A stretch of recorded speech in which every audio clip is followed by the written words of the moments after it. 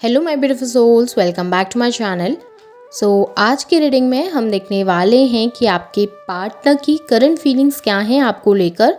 कुछ दिनों से उनकी एनर्जीज कैसे चल रही थी, रिसेंटली वो आपके लिए क्या सोच रहे हैं और इन फ्यूचर आपके पार्टनर के क्या एक्शंस हो सकते हैं, सभी हम इंक्लूड कर लेंगे। रीडिंग जर्नल है, आप लोगों के साथ जितना रेजोनेट करती है आप उतना रखिए, जितना रेजोनेट नहीं करता है उससे जाने दीजिए। मेल एंड फीमेल सभी के लिए और सारे ही साइंस के लिए रीडिंग है। रीडिंग टाइमलेस है, तो जिस वक्त पे आपके सामने आती है उस वक्त पे आपके साथ रेजोनेट कर सकती है। तो चलिए स्टार्ट करते हैं। हाईलाइटेड साइंस बता देती हूँ। ये साइंस आपके पार्टनर के हो सकते हैं। आप लोग वाटर साइन के हो सकते हैं, Cancer, Scorpio, Pisces. Air sign के हो सकते हैं, Gemini, Libra, Aquarius. Earth sign के हो सकते हैं, टॉरस, वर्गो, कैप्रिकॉन। नंबर्स अगर मैं आप लोगों के लिए देखूं तो मुझे यहाँ पर पे 8 नंबर इंपॉर्टेंट दिखाई दे रहा है। अगस्त मंथ आप लोगों के लिए इंपॉर्टेंट हो सकता है। आप लोगों के लिए 2 नंबर फैब मंथ इंपॉर्टेंट हो सकता है। नंबर 6 जून मंथ इंपॉर्टेंट हो सकता है। नंबर 1 जैन मंथ भी आप लोगों के लिए इंपॉर्टेंट हो सकता है। और नंबर 5 मई मंथ इंपॉर्टेंट दिखाई दे रहा है। कुछ लोगों के लिए यहाँ पे नंबर 9 की एनर्जीज भी हैं। सितंबर मंथ की एनर्जीज भी स्ट्रॉन्ग दिखाई दे रही हैं। तो चलिए स्टार्ट करते हैं एनर्जीज को। सबसे पहले ना मैं पास्ट कुछ दिनों की एनर्जीज देख लेती हूँ कि पास्ट कुछ दिनों से आपके पार्टनर क्या सोच रहे हैं। उसके बाद हम उनकी करंट एनर्जीज को और इन फ्यूचर की एनर्जीज को देख लेंगे। यहाँ पे अगर एनर्जीज को ऑब्जर्व करूँ तो मुझे नज़र आ रहा है कि पास्ट कुछ दिनों से आपके पार्टनर चीज़ों को लेकर परेशान है, स्पेशली अपने एक्शंस को लेकर परेशान है। देखिए, आप लोगों के रिलेशनशिप में ना किसी थर्ड पार्टी की इन्वॉल्वमेंट मुझे नज़र आई है, और ये जो थर्ड पार्टी है ये कोई फीमेल है, यानी कि कोई फीमेल पर्सन है। और जो भी पर्सन है वो उनके फैमिली के मेंबर हो सकते हैं।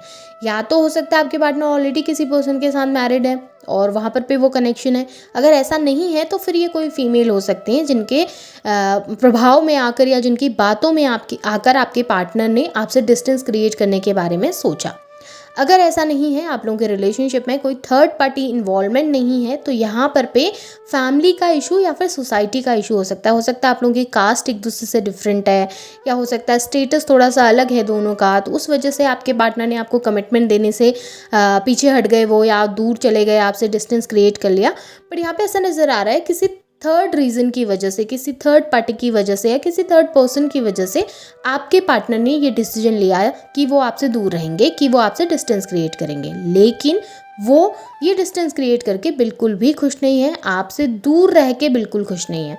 परेशान दिख रहे हैं, ओवर थिंकिंग करते हुए नज़र आ रहे हैं। ऐसा नज़र आ रहा है कि उनको लग रहा है कि उनके डिसीजंस गलत हो गए, उनको लग रहा है कि उनका फ़ैसला गलत हो गया, उनको लग रहा है कि शायद उन्होंने ऐसा नहीं करना चाहिए था, शायद उस मोमेंट में उन्होंने एक बार आपके लिए स्टैंड लेना चाहिए था, एक्शन लेना चाहिए था। काफ़ी इमोशनल दिखाई दे रहे हैं, काफ़ी ज़्यादा इमोशनल हैं आपके पार्टनर।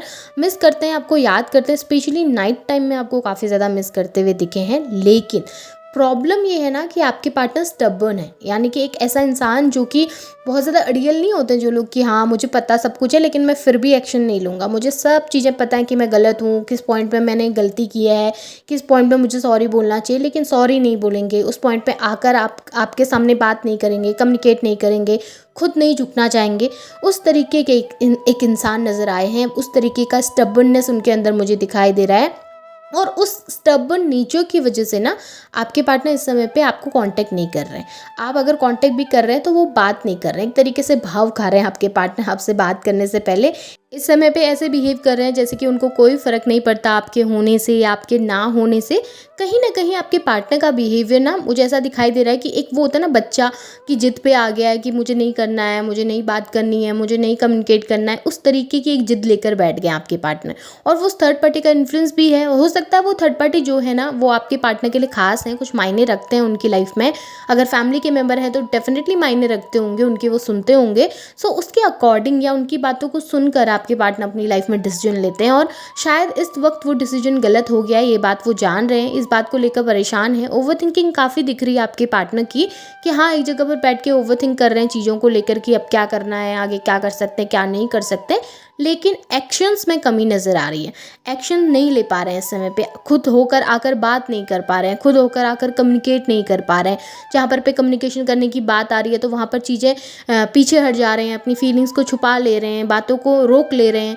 आप रिसेंट एनर्जीज़ में भी अगर देखेंगे तो वही दिखाई दे रहा है कि माइंड में बहुत कुछ चल रहा है, कन्फ्यूजन है, थर्ड पार्टी का इन्वॉल्वमेंट है और थर्ड पार्टी के इन्वॉल्वमेंट की वजह से चले गए हैं, दूर डिस्टेंस क्रिएट कर रहे हैं, एक दूरी बनाकर रख रहे हैं, आपको आइसोलेट कर रहे हैं, आपको अकेला छोड़ रहे हैं, लेकिन परेशान हैं, अपनी लाइफ में खुद भी खुश नज़र नहीं आ रहे, अपनी लाइफ में खुद भी हैप्पी नज़र नहीं आ रहे। ऐसा नहीं है कि दूर चले जाने के बाद बड़े खुश हैं, इंजॉय कर रहे हैं अपनी लाइफ को। हाँ, हो सकता है लोगों से कनेक्ट हो रहे हैं, हाँ हो सकता है लोगों के साथ इन्वॉल्व होते हैं, बातचीत करते हैं। अब ऐसा तो है नहीं ना कि खुद से चले गए हैं तो एकदम से रोना धोना करके बैठ जाएंगे या सैड स्टेटस लगाने लग जाएंगे।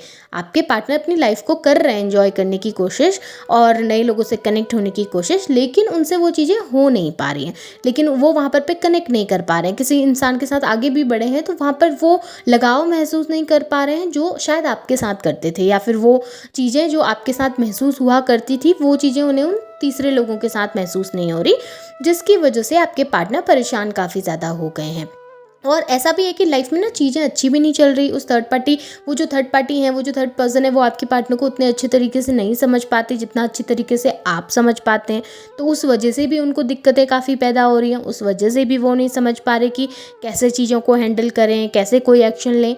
डिसीजन मेकिंग नहीं है, इस वजह से एक्शन नहीं है। डिसीजन मेकिंग होती तो शायद वो आपके पास आकर आपके लिए एक्शन ज़रूर लेते।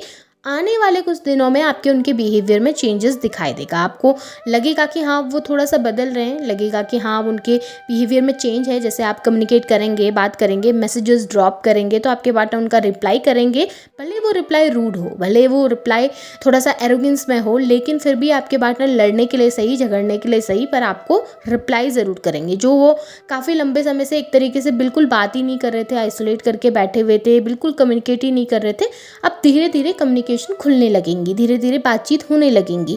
भले बहस हो जाए, लड़ाई हो जाए, लेकिन बातें तो होंगी आपके बीच में। ऐसा नज़र आ रहा है कि इन फ्यूचर में ना कुछ दिनों के बाद आपकी मैनिफेस्टेशंस कंप्लीट होंगी। अब आप चीज़ों को किस तरीके से मैनिफेस्ट कर रहे हैं।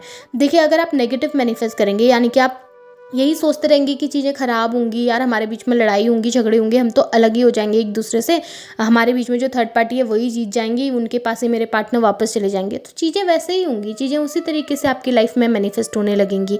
बट अगर आप सोच रहे हैं कि नहीं, आप मेरे पार्टनर आएंगे, हमारे बीच में बातें होंगी, हम लोग चीज़ों को सॉर्ट आउट करेंगे, हमारे बीच में जो भी कम्युनिकेशन हो रहा है वो अच्छे से होगा, तो डेफिनेटली चीज़ें आपके लिए उसी तरीके से पॉजिटिव होंगी। नेक्स्ट 6 मंथ मुझे अच्छे दिख रहे हैं आपके लिए, आने वाले 6 महीने आपके लिए बहुत अच्छे रहेंगे। 6 महीने तक तो आपको हो सकता है कमिटमेंट भी आपके पार्टनर से मिल जाए।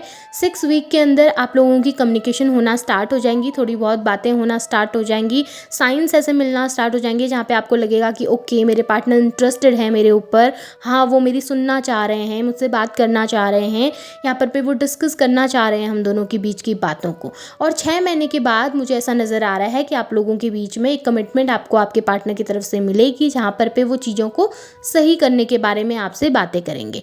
पर ये डिपेंड करता है आपकी मैनिफेस्टेशंस के ऊपर। अगर आप नेगेटिव हैं, आपके थॉट्स नेगेटिव हैं, तो चीज़ें उसी तरीके से नेगेटिव होने लगेंगी, फिर आप लड़ने लगेंगे, झगड़ने लगेंगे, चीज़ें ख़राब होने लगेंगी, आप दोनों अपनी अपनी लाइफ में आगे बढ़ने लगेंगे, दूसरे इंसानों के साथ जाने लगेंगे, दूसरों की तरफ अट्रैक्ट होने लगेंगे।